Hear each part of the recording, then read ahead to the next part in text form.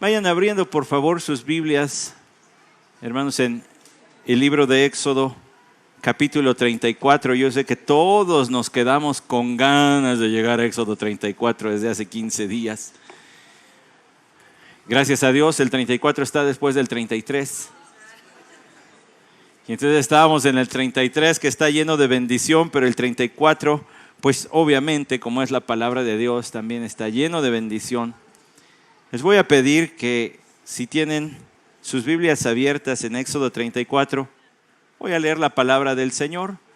Por reverencia y respeto a lo que va a ser leído, no al que lee, les voy a pedir que se pongan de pie. Y voy a leer Éxodo capítulo 34, versículos 1 al 10. Dice la palabra de nuestro Dios: Y el Señor dijo a Moisés: Lábrate 2 tablas de piedra como las anteriores, y yo escribiré sobre las tablas las palabras que estaban en las primeras tablas que tú quebraste. Prepárate, pues, para la mañana, y sube temprano al monte Sinaí, y allí preséntate a mí en la cumbre del monte. Y que no suba nadie contigo, ni se vea nadie en todo el monte, ni siquiera ovejas ni bueyes pasten delante de ese monte. Moisés pues labró 2 tablas de piedra como las anteriores. Se levantó muy de mañana y subió al monte Sinaí, como el Señor le había mandado, llevando en su mano las 2 tablas de piedra. Y el Señor descendió en la nube y estuvo allí con él, mientras éste invocaba el nombre del Señor. Entonces pasó el Señor por delante de él y proclamó: el Señor, Dios compasivo y clemente, lento para la ira y abundante en misericordia y fidelidad, el que guarda misericordia a millares, el que perdona la iniquidad, la transgresión y el pecado, y que no tendrá por inocente al culpable, el que castiga la iniquidad de los padres sobre los hijos y sobre los hijos de los hijos hasta la 3ª y 4ª generación. Y Moisés se apresuró a inclinarse a tierra y adoró.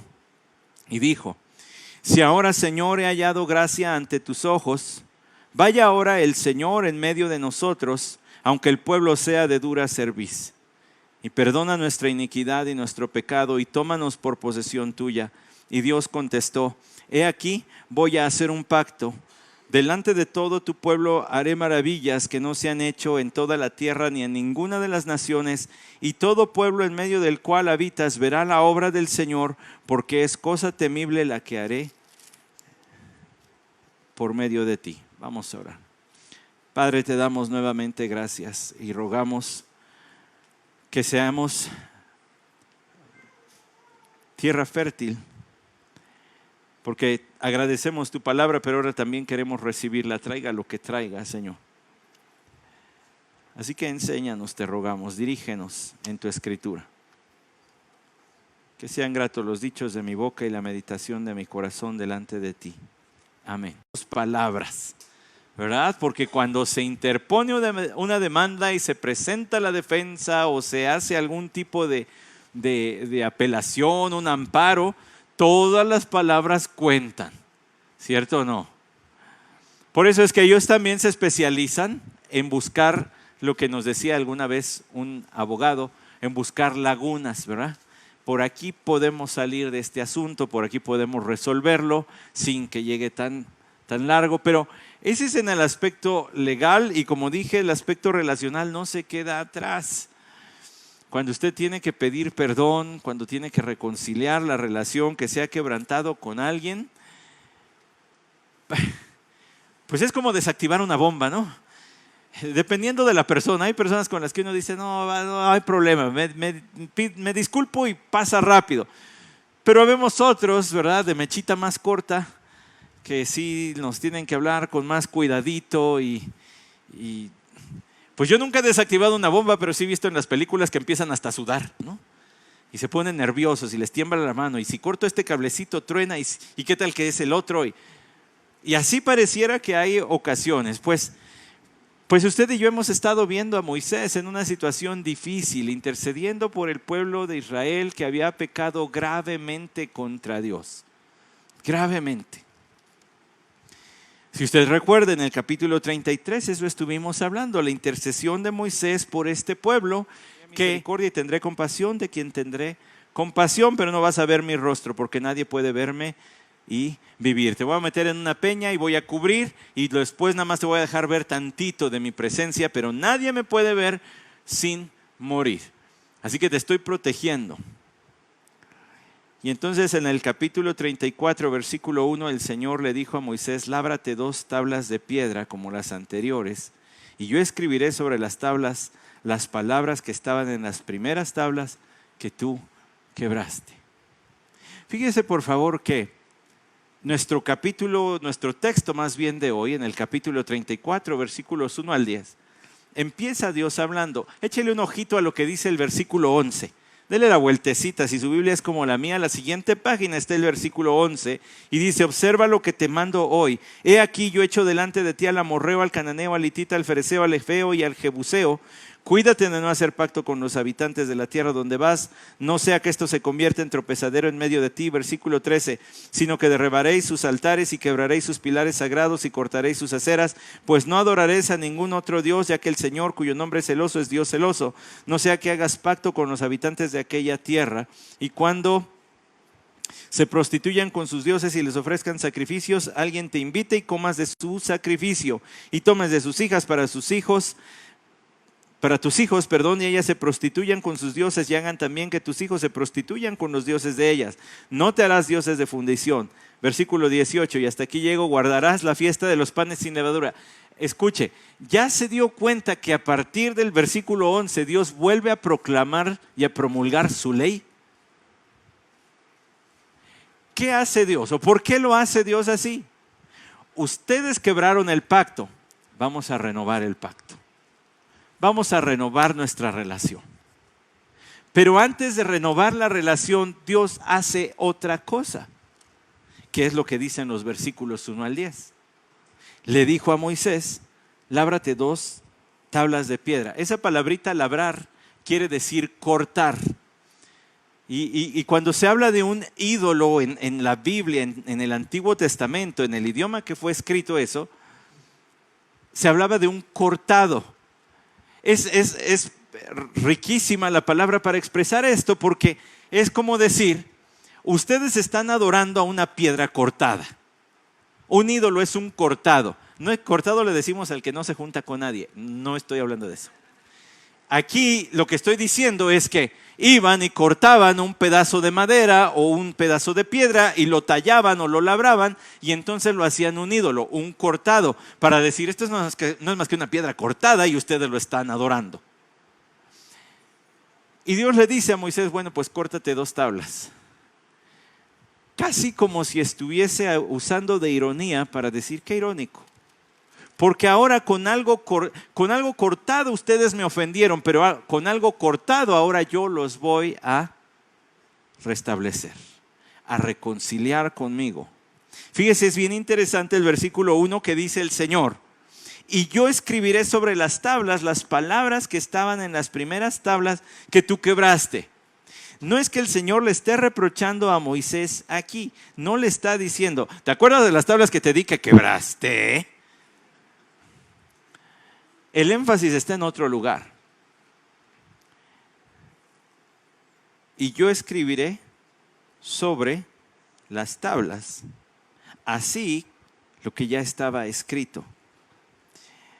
Le digo que esto también es importante porque aquí hay una enseñanza de la palabra de Dios acerca de la propia palabra de Dios. Dice el Señor: yo escribiré. Pero si nosotros nos adelantamos en este mismo libro del Éxodo, nos vamos a dar cuenta que no fue Dios quien escribió de su mano en las tablas de Moisés, en estas tablas que él llevó. No fue Dios quien con su dedo lo escribió. En el capítulo 34, adelántese conmigo otra vez. Dice el versículo 27, entonces el Señor dijo a Moisés: escríbete estas palabras, porque conforme a estas palabras he hecho un pacto contigo y con Israel. En estas segundas tablas Dios dijo: voy a escribir, pero nos dice la Biblia que en realidad quien plasmó, quien talló, quien labró sobre las tablitas de piedra fue Moisés.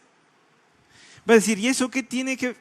¿Qué de importante es eso? Aquí le va una enseñanza que luego encontramos más adelante. La palabra que Dios habló, la plasmó por medio de un escritor humano, pero no dejó de ser la palabra de Dios.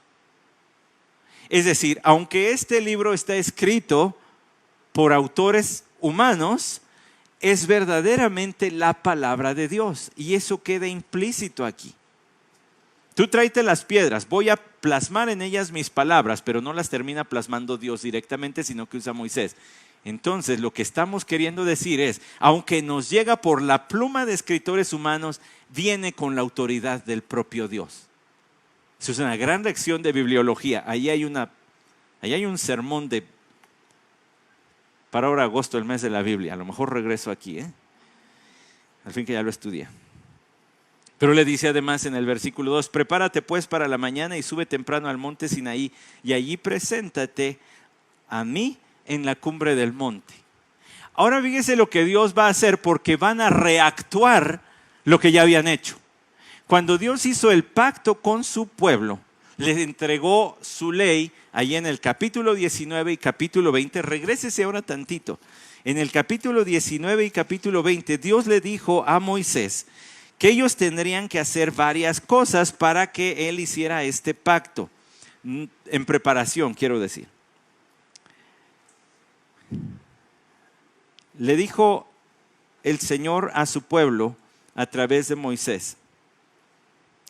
Versículo 9, el Señor dijo a Moisés, he aquí vendré a ti en una nube, en una densa nube.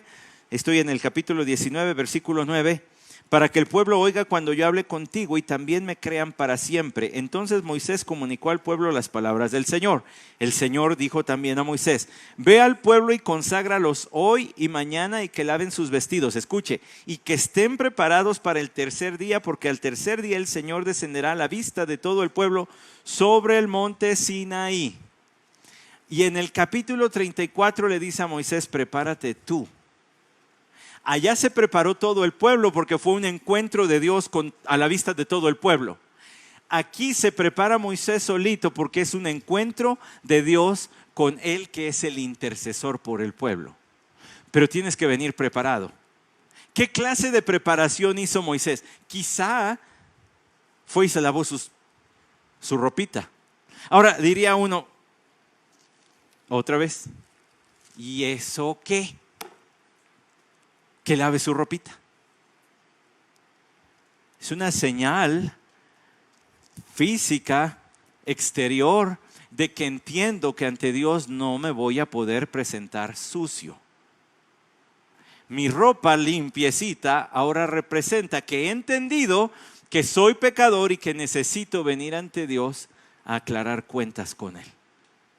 Por eso le dice, prepárate. Y aunque aquí no le dice, lávate tu ropita, donde sí se dijo fue en el capítulo 19. Ahora espérese tantito, porque además le dice, preséntate a mí en la cumbre del monte, donde se comunicó Dios con Moisés en el capítulo 19, pues lo leímos también en la cumbre del monte, sube al monte.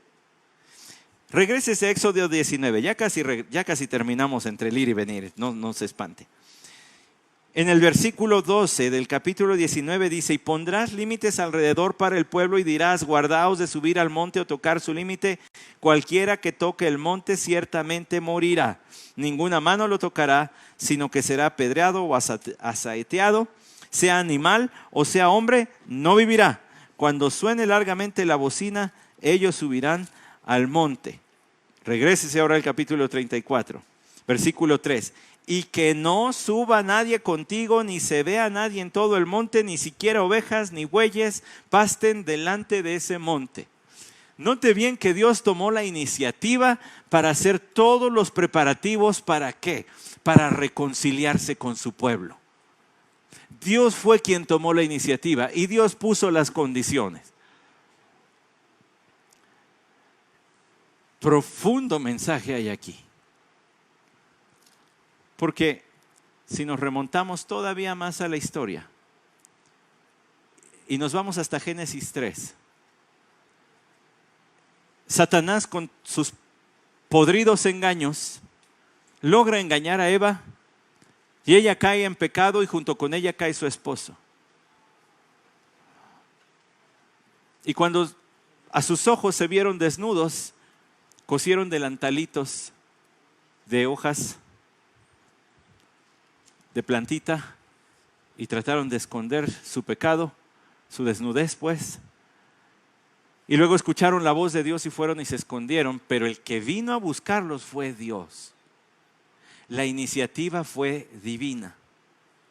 Dios buscó reconciliarse con el hombre en Génesis 3 y después de este grave pecado, Dios buscó reconciliarse con su pueblo. Ahora le voy a poner un ejemplo muy feo, pero es para tratar de ilustrar la gravedad de lo que estaba pasando. El pueblo de Israel no duró prácticamente nada sin romper el pacto que habían hecho con Dios o que Dios había hecho con ellos. En alguna película vi el drama que se desata en un matrimonio porque una de las partes le es infiel a la otra en plena luna de miel. Ahora, esa era una película. Esto fue la vida real. Dios acababa de establecer su pacto con ellos. Es como si le hubieran sido infieles en plena luna de miel.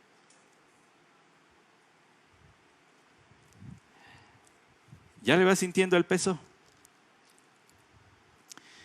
Le voy a decir otra cosita. Póngase en los zapatitos, en la túnica, en las chanclitas de Job. La historia de Job, ¿cuándo se desarrolla? Pues antes de Salmos y... No. Ahí está colocado en la historia, en nuestras Biblias, pero cronológicamente Job debió haber sido o anterior por poquito a Abraham o contemporáneo de Abraham. No sabemos exactamente, pero por allí. Imagínese a Job, porque 6 veces en el libro que narra su historia se pregunta, ¿y cómo podrá el hombre ser recto delante de Dios?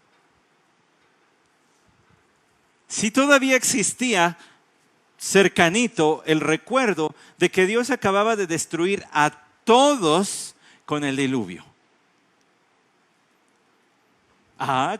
¿Verdad que no habíamos puesto a Job en el contexto del diluvio? Hace unos, no sé cuántos, pero algunos años, Dios mató a todos por medio de sumergirlos en agua. Y ahora me está yendo, decimos en México, ¿verdad? Para los que nos ven por Facebook en otros países, decimos en México como en feria. Ya no veo lo duro, sino lo tupido, decimos también en México. O sea, me está yendo súper mal. Ya no más falta que Dios traiga otro diluvio. ¿Cómo puede hacerle el hombre para estar bien con Dios?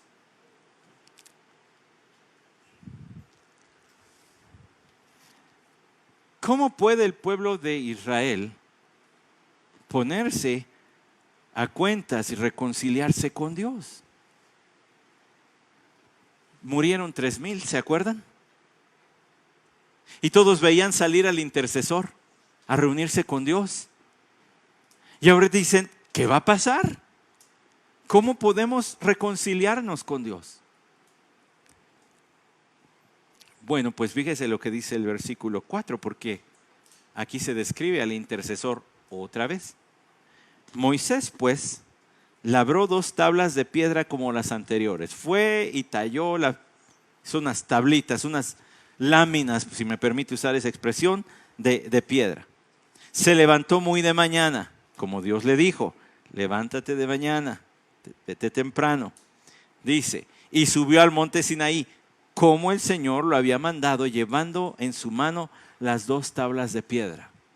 Yo me imagino que Moisés, por un lado, debió haber ido contento porque él sabía, Dios va a restablecer el pacto. Por eso quiere las tablas. Pero por otro lado, debió haber ido quizá timorato, como quien se va a reconciliar, como diciendo, a ver si no corto el cable equivocado y truena la bomba. Una palabrita fuera de lugar y los vuelvo a sumir a todos en un problemón y ahora ni a mí me salva, nos lleva a todos el castigo. Y sube al Señor a la cumbre. Y el Señor descendió en la nube y estuvo allí con él mientras invocaba el nombre del Señor. Y Dios descendió. La distancia más larga la recorrió Dios. Ahora yo sé, nos acaban de hablar de la omnipresencia de Dios. Me queda claro. Pero aquí está descrito este encuentro de Dios como si Dios se hubiese transportado, es decir, el Señor descendió en la nube. Se hizo visiblemente perceptible. En una nube para que fuese claro que Dios sí se había reunido con Moisés. Ahora imagínese usted al pueblo diciendo, así empezó todo. Así empezamos. Con Dios reuniéndose con Moisés en la cumbre y estuvo allí con él. Pues no que Dios es omnipresente. No, pues sí lo es. Pero a lo que se refiere es que estaba en comunión con él. Y viene una frase aquí que le vamos a dedicar tiempecito. Dice, mientras éste invocaba el nombre del Señor. ¿Qué quiere decir invocar el nombre del Señor? Mientras que clamaba al nombre del Señor. Mientras que se refería a Dios por su nombre. Recuerde que hablar de alguien, en la Biblia hablar del nombre de alguien es hablar de su carácter. Cuando dice proclamaré mi nombre, está diciendo voy a proclamar quién soy. Te he conocido por tu nombre, te conozco perfectamente en tu carácter. Cuando Dios le cambiaba a alguien el nombre es porque le estaba cambiando su carácter. Por ejemplo, Jacob se llamó ahora Israel, pasó de ser engañador a príncipe. Entonces, cuando dice que Moisés invocaba el nombre del Señor, ¿a qué se refiere?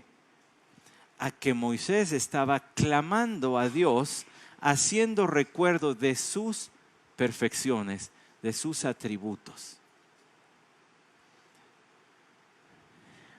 Una cuestión de clamar al nombre del Señor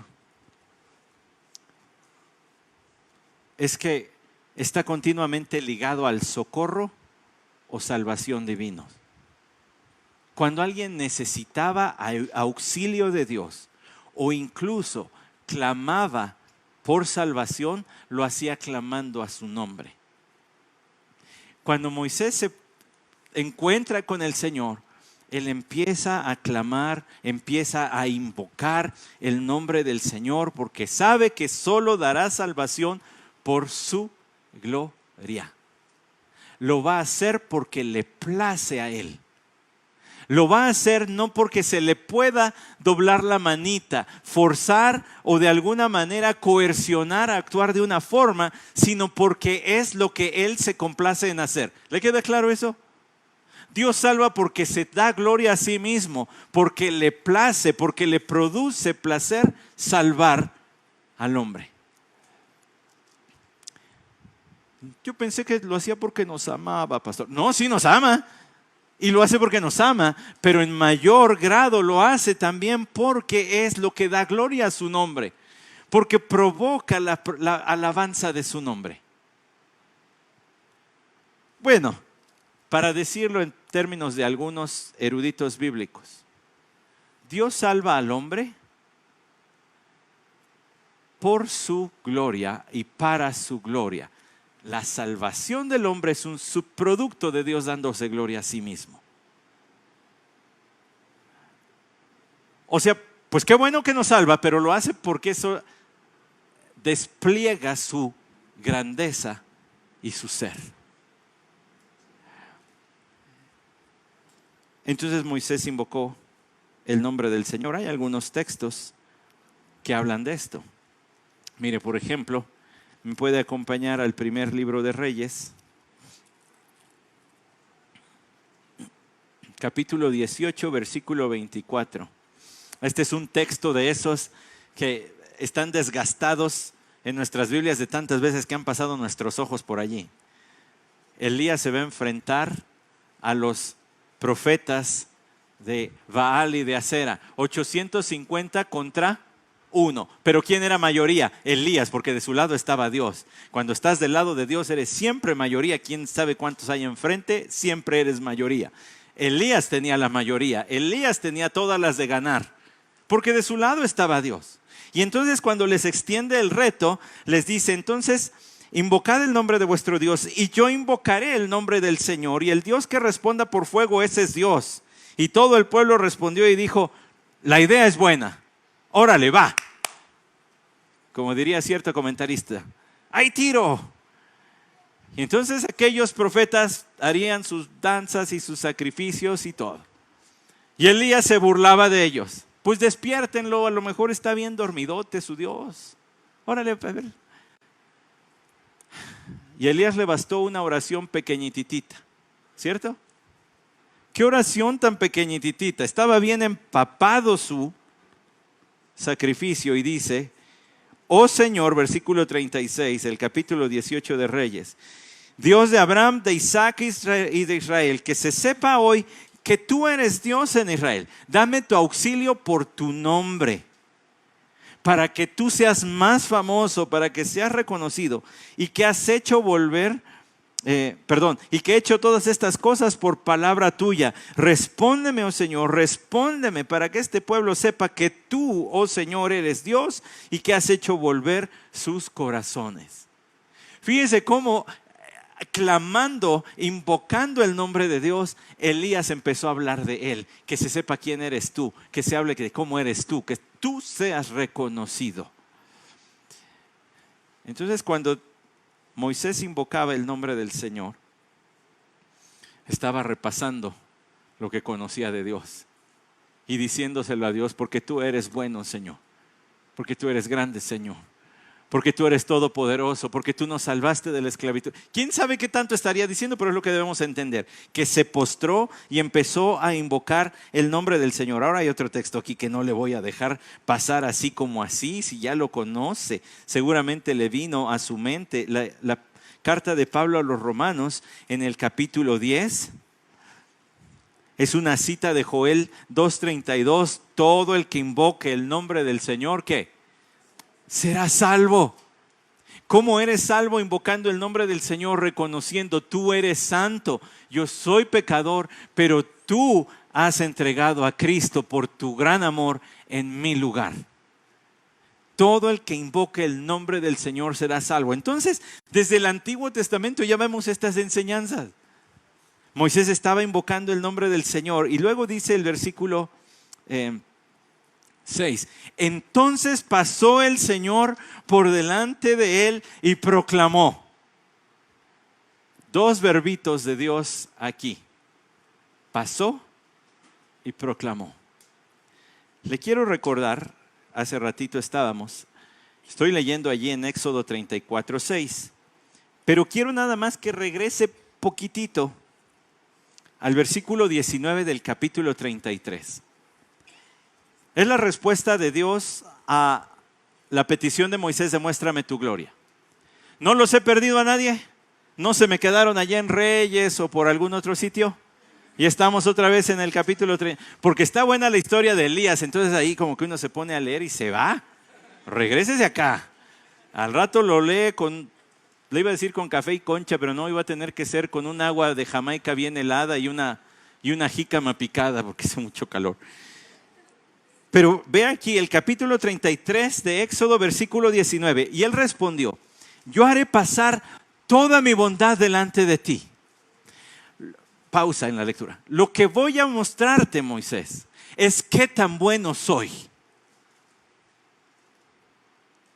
Cuando lo parafraseamos entendemos mejor la idea, creo.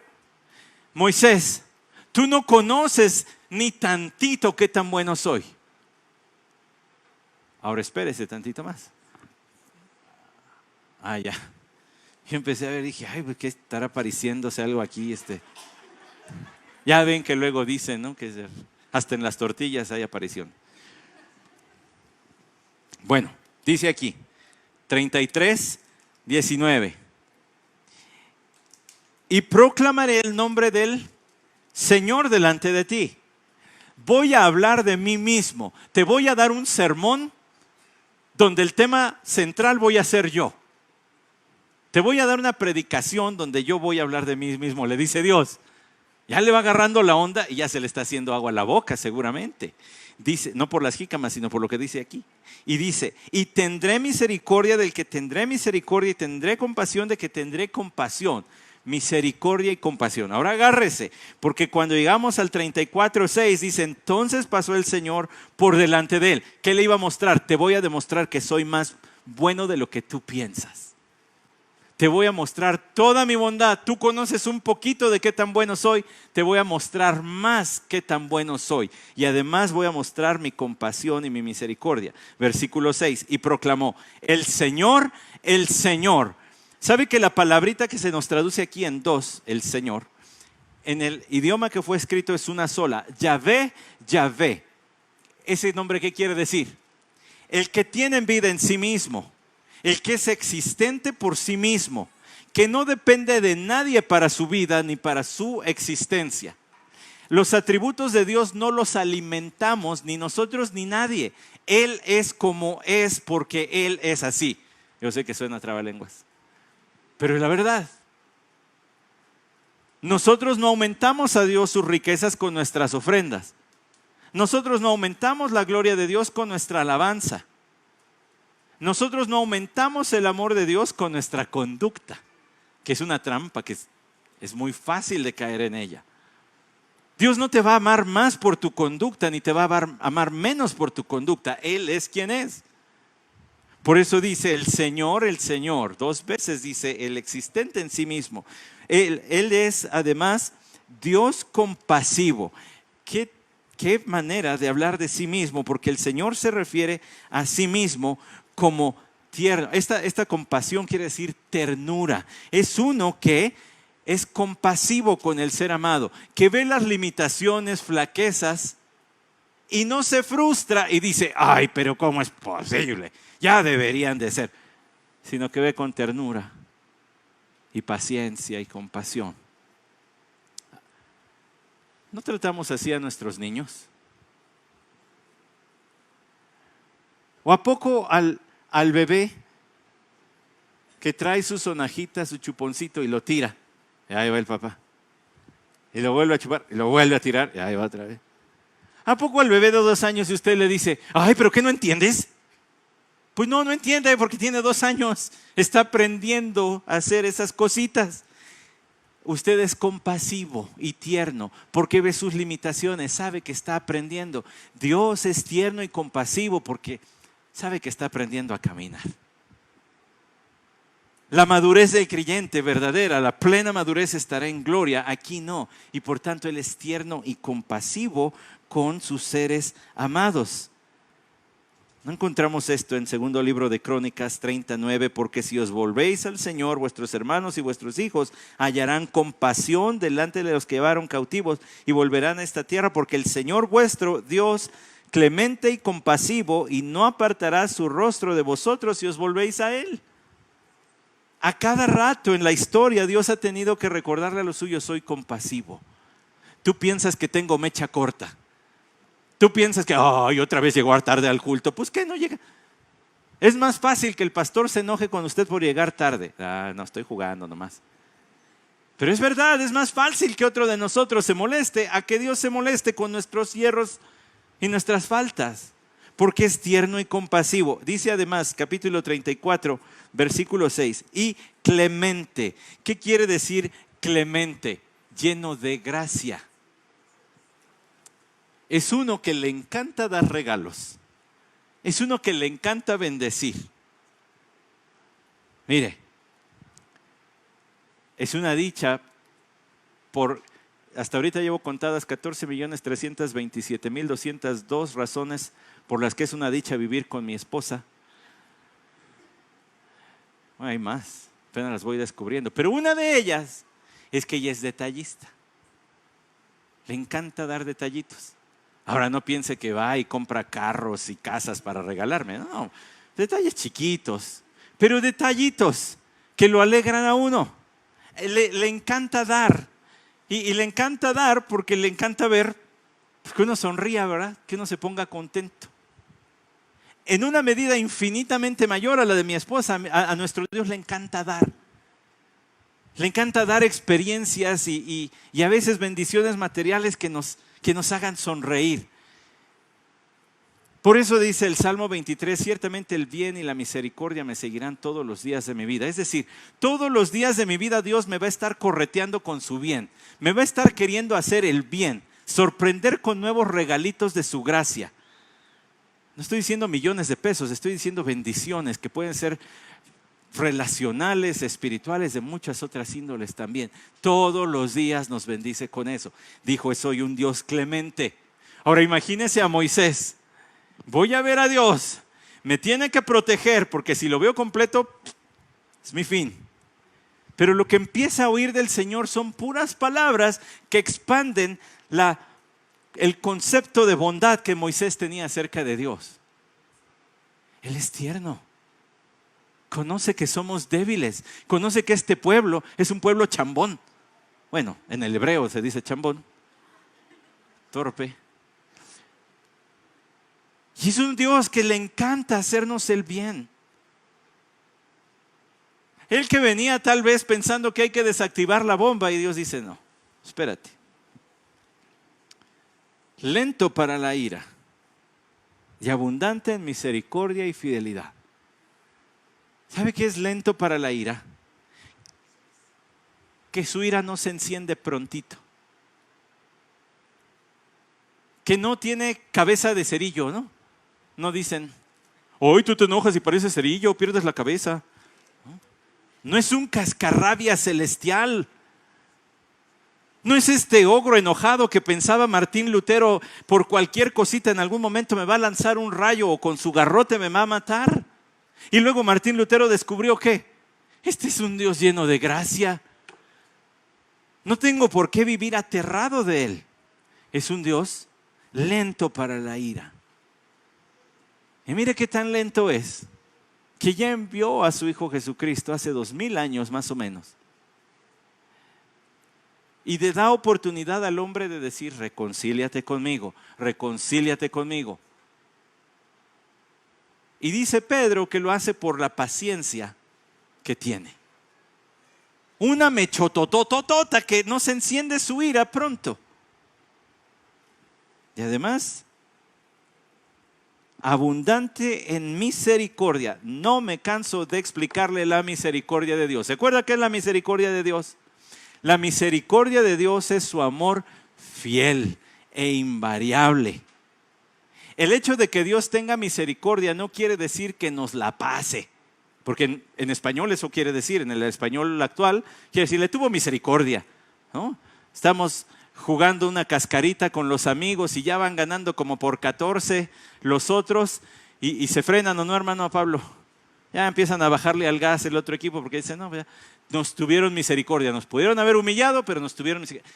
Eso es otra misericordia. La misericordia de Dios es el amor invariable de Dios. No va a dejar de amarte, hagas lo que hagas.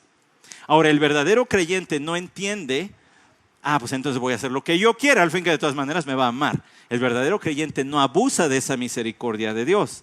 El verdadero creyente dice, ay, qué bueno, hay colchoncito para cuando me caiga. Pero voy a tratar de no caerme con la ayuda de Dios. ¿Se fija que es diferente?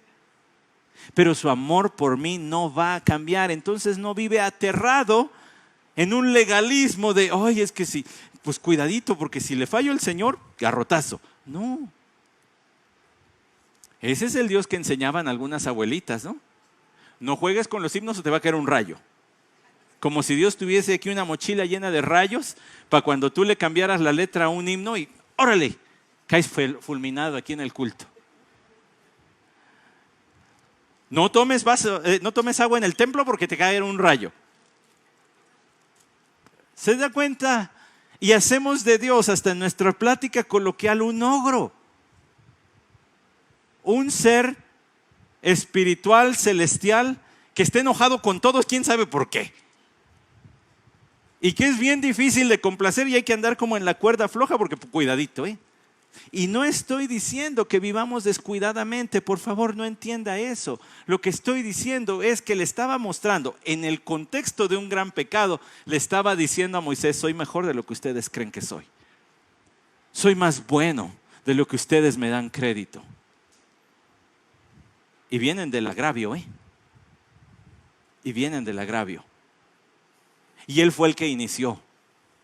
Y él fue el que puso la mesa. Y además le dice a Moisés, abundante. O sea que ni siquiera tiene tantita misericordia. Abunda en misericordia y fidelidad. Otras versiones dicen en misericordia y verdad. Por eso se tiene que cambiar a la Biblia de las... no es cierto. Lea la que quiera, pero estudie para que entonces entienda qué quiere decir cada palabra. Cuando dice abundante en misericordia y fidelidad, se refiere a que es verdadero. Por eso traducen verdad. Él no va a cambiar. Él es fiel. Lo mismo dijo el apóstol Pablo cuando escribió diciendo, porque si fuéramos fieles, ¿qué? Él permanece fiel. ¿Y si fuéramos infieles? Pues la misma, porque va a aplicar castigo al que es infiel. Pero Él no cambia en su amor. El énfasis acá en Éxodo 34, Dios le dijo, voy a hacer pasar mi bondad. El énfasis está en, ustedes acaban de ofenderme mucho, pero lo único que eso logra es que yo les diga cuánto soy de bondadoso y amoroso. Y que si ya fijé mi amor en ustedes, no voy a cambiar. Además, versículo 7, aquí vienen palabras que confunden mucho al que no estudia la Biblia, pero el que la estudia sale de allí. El que guarda misericordia a millares, el que perdona la iniquidad, la transgresión y el pecado, y que no tendrá por inocente al culpable, el que castiga la iniquidad de los padres sobre los hijos y sobre los hijos de los hijos hasta la tercera y cuarta generación. En este encuentro, en esta presentación de Dios a Moisés, le habla de su carácter y le dice lo siguiente, fíjese cómo van en una cadenita, guarda misericordia a millares, dice millares, no mijares, guarda misericordia a millares, es decir, su amor incluye, abraza. ¿Por qué es importante esta frase aquí? Porque le dijo a Moisés, sube tú solo. Ahora no le dijo, congrega al pueblo, sube tú solo. Porque aunque tú vengas solito, no eres el único receptor de mi misericordia. El pueblo de Israel se componía de millones para este momento. Todos ellos estaban incluidos. No es que Dios aprobara lo que hacían, es que estaban incluidos en su misericordia. El que perdona la transgresión y el pecado. Dos palabras diferentes, pecado, el que no dio la marca que Dios había establecido. El que Dios dijo hagan esto y se quedó cortito. Y transgresión quiere decir el que rebasó el límite de lo que Dios dijo. Dios dijo hasta aquí y este se pasó a la raya.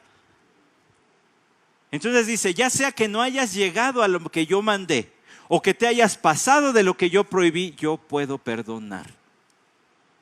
En el contexto, esto es importantísimo. Imagínese a Moisés adorando al Señor y escuchándole hablar. Para empezar, escucharle hablar. Y segundo, lo que le está diciendo es, sí nos va a perdonar. Imagínese a Moisés tirado, tumbado, cara contra el piso, diciendo, sí nos va a perdonar. Sí va a tener misericordia otra vez. Porque Él es así. No porque lo merezcamos, sino porque va de acuerdo a su forma de ser.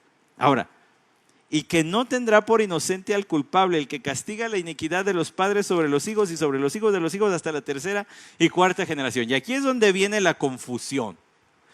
Oh, pues no, que tan misericordioso, no, que tan amoroso.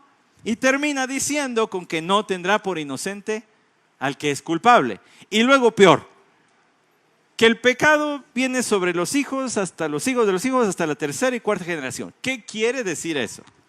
Bueno, usted tiene que tener cuidadito con estas palabras y entenderlas a la luz de toda la Biblia y no sacarlas de contexto. Fíjese, acompáñeme a la profecía de Jeremías, un texto también muy conocidito.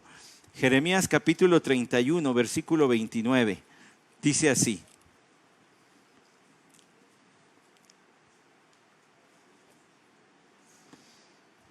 en aquellos días no dirán más: los padres comieron uvas agrias y los dientes de los hijos tienen dentera, sino que cada cual por su propia iniquidad morirá. Los dientes de todo hombre que coma uvas agrias tendrán dentera. Ojo, este es un dicho, de los padres comieron uvas agrias y los dientes de los hijos tienen dentera. Es como decir, los padres comían dulces y los hijos tienen las caries.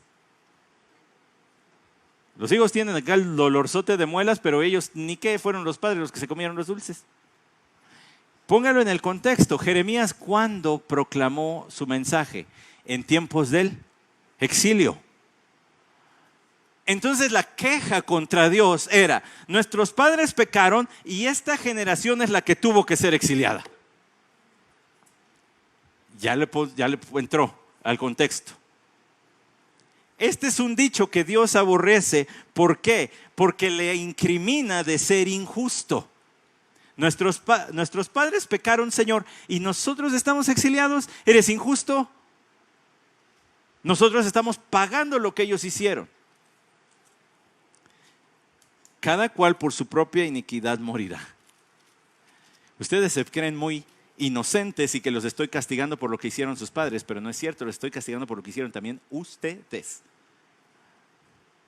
Dios no es injusto. Entonces, ¿por qué dice que hasta la tercera y cuarta generación? ¿Dios castiga a los hijos por lo que hicieron sus padres o sus abuelos, sus bisabuelos o sus tatarabuelos para que sean las 4 generaciones? No. Entonces no hay pecados que esclavicen y maldiciones de pecado. No, lo que está diciendo aquí son 2 cositas. Se puede entender de 2 maneras a la luz de toda la Biblia. Que las consecuencias de algunos pecados nuestros hijos las van a padecer. Pues obviamente no. Si yo soy un hombre que, no lo soy, es un ejemplito, que le encanta apostar en los deportes, y ahora ya es bien fácil hacer eso, y me gasto el dinero de mi familia, ¿quién va a pagar las consecuencias? Pues mi familia. Y cuando llegue el momento en que mi hija diga, pues a ver qué patrimonio me dejó mi papá, le diga, pues aquí hay unos pósters de los Vaqueros de Dallas y unas calcomanías, pues véndelas, hija, a ver qué te deja. De eso vale trillones de pesos, pero bueno. Pero se fija, ¿quién va a pagar las consecuencias? Mi descendencia. Hay pecados que dejan huella sobre la descendencia, pero no quiere decir que Dios esté castigando a otros por mis pecados. Ahora, hay otra cosita aquí que está detrás de las letras. Y es por eso que estudiamos teología, para ver la Biblia a colores y entender lo que está. Fíjese, para el hombre, al pasar de los años, nuestro pecado parece perder gravedad. Al pasar del tiempo, después de cometer un pecado, uno se siente pésimo y mal.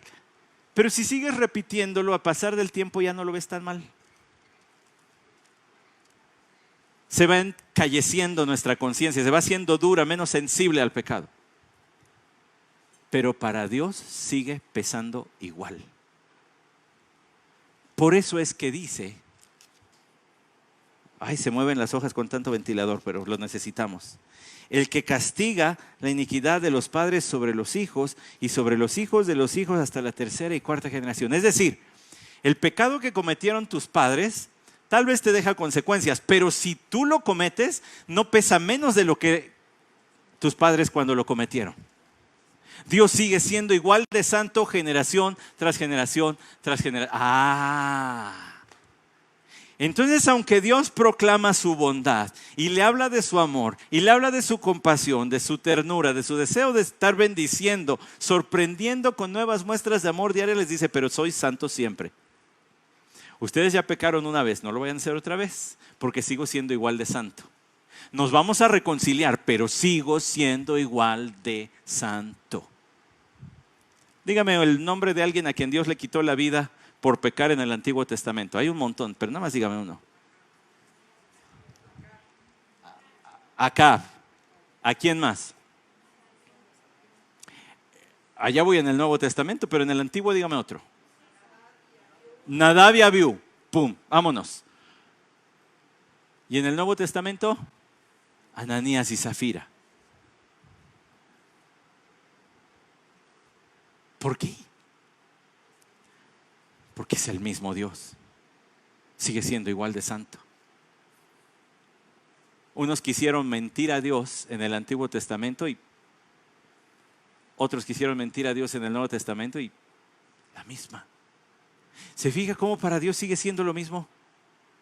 Entonces, aunque le habla a Moisés de su amor, de su ternura, también le habla de su santidad. Y acá sí acabamos y esto se está poniendo mejor. Espero que el calor que se siente es porque ya salió la zarza aquí, ya se dio cuenta. Dice versículo 8, y Moisés se apresuró a inclinarse a tierra y adoró y dijo, si ahora, Señor, he hallado gracia ante tus ojos, vaya ahora el Señor en medio de nosotros, aunque el pueblo sea de cuello duro, como un caballo que le tratas de jalar para un lado y para el otro para que siga las riendas, y el caballo de cuello duro nomás no entiende. Pues así, este pueblo es de cuello duro, no se mueve. No te hace caso, no te obedece, pero a pesar de eso, ve en medio de nosotros. Perdona nuestra iniquidad y nuestro pecado. Las mismas palabras que Dios usó, lo está repitiendo. Y tómanos por posesión tuya. Restáuranos contigo completamente al hacer tres cosas. No te quites de estar con nosotros. Lo que nos distingue de los otros pueblos es tu presencia. Número 2, perdónanos completamente. O que no hayamos llegado a la medida que tú marcaste o que hayamos pasado la línea que tú prohibiste. Perdónanos y tómanos. Que seamos tu pueblo. Ya no digas que nada más conmigo. Mira, yo estoy aquí solito, pero no estoy pensando en mí. Por favor, toma a todos estos. Y Dios contestó, aquí voy a hacer un pacto. Se le cayeron las piedras de la espalda a Moisés. Voy a comprometerme, delante de todo tu pueblo haré maravillas que no se han hecho en toda la tierra, ni en ninguna de las naciones. Y todo el pueblo en medio del cual habitas verá la obra del Señor, porque es cosa temible la que haré por medio de ti. Y Dios le promete, sí voy a ir y voy a volver a actuar en favor de ustedes y voy a estar en medio de ustedes y te voy a usar a ti. ¡Qué tremendo! Porque en verdad Dios le muestra mucha más bondad de la que él se esperaba. Y en verdad Dios rectifica y reconcilia. Pero le dice, la obra que voy a hacer por medio de ti.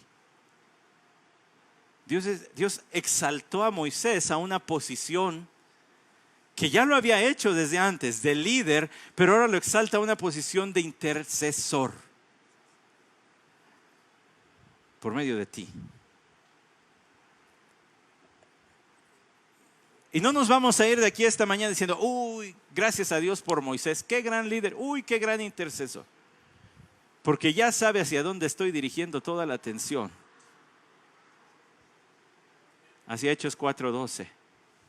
Porque no hay no hay otro nombre bajo el cielo dado a los hombres en el cual podamos ser salvos, que es Jesucristo.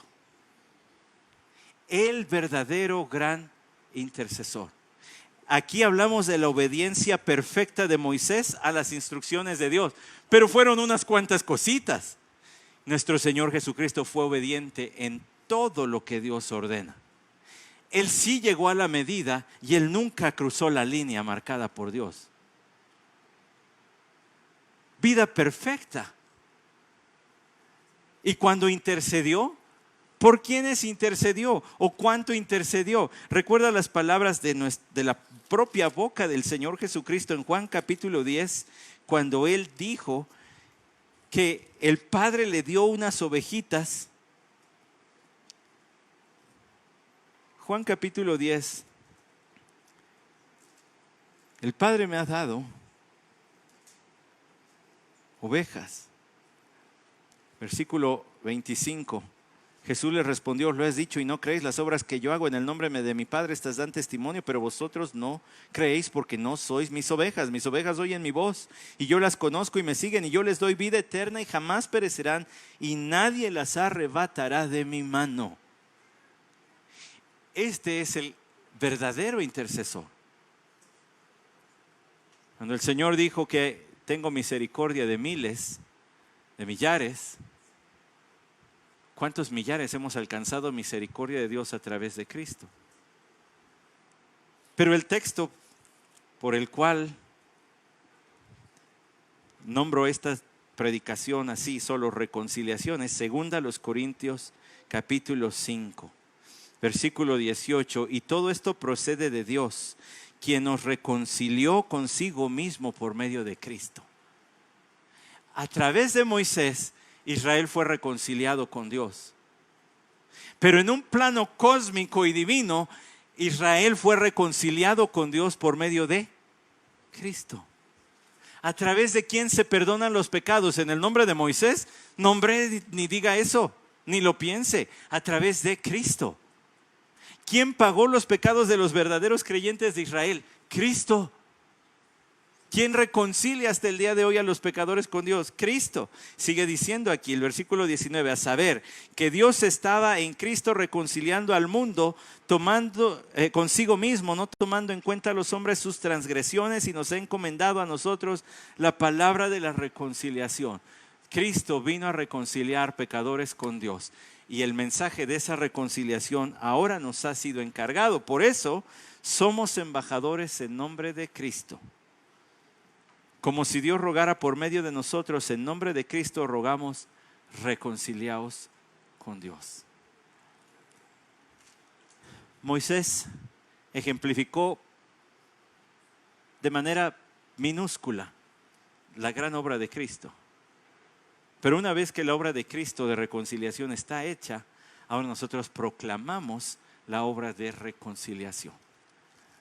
Si usted no ha sido reconciliado con Dios, ¿qué está esperando? Como dice aquí, le rogamos, como si Cristo estuviera hablando por medio de nosotros, reconcíliese hoy con Dios. Reconozca su pecado.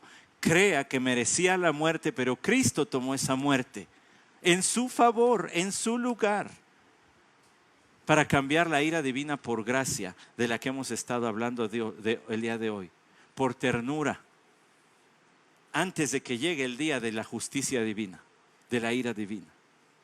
Y crea que solamente en Jesús hay salvación, no en sus obras, no en lo que usted hace o dice o cree, puede hacer por sí mismo, sino en lo que cree acerca del Hijo de Dios. Y sea reconciliado con Dios. Y si usted ya está reconciliado con Dios, entonces tome ese mensaje y llévelo a todos los lugares donde vaya. Oramos. Señor, gracias por el gran reconciliador Cristo Jesús. Gracias por su obra a nuestro favor. Y gracias porque hoy nos has dado la palabra de reconciliación. Que tú estabas reconciliando pecadores contigo mismo a través de Cristo, y hoy lo sigues haciendo para que todo aquel que cree en Cristo no se pierda, sino que en vez de ira divina alcance vida eterna de tu mano. Solamente por creer. Así que si hay alguien que cree hoy, Señor, que en esta mañana selle el trato, selle el pacto, aquí estoy, perdóname, tómame, soy tuyo, hazme posesión tuya, como dijo Moisés. Gobierna sobre mi vida y quiero vivir para ti. Y a todos los que ya estamos seguros que somos tuyos,